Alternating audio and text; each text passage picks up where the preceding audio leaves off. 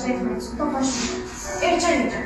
Erkən nikah 18 yaşından çatmamış uşağın evliliyə məcbur edilməsidir. Bu yalnız hüquqi problem deyil, psixoloji, sosial və tibbi fəsadları olan ciddi bir məsələdir. Erkən nikah qızların təhsili yarımçı qoyur. Uşaq oxuma əlindən alır. Gələcək seçimlərini məhdudlaşdırır.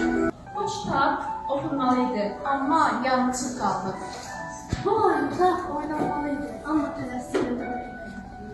Bu lent sevinç simvolu olmalıydı, amma qorxuya çevrildi. Erkən nikah uşaqlığın susturulmasıdır. Kitablarını təhvil verməmişdik.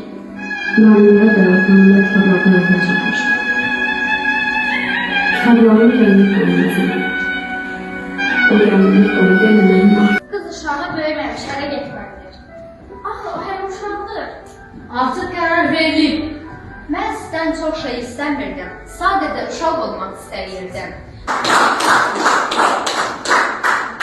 Erkən nikaha daima bütün ailələrdə yox deyilməlidir. Bu nə deməkdir? Ailə qurulmalıdır, ailə və kiçik cəmiyyətdə.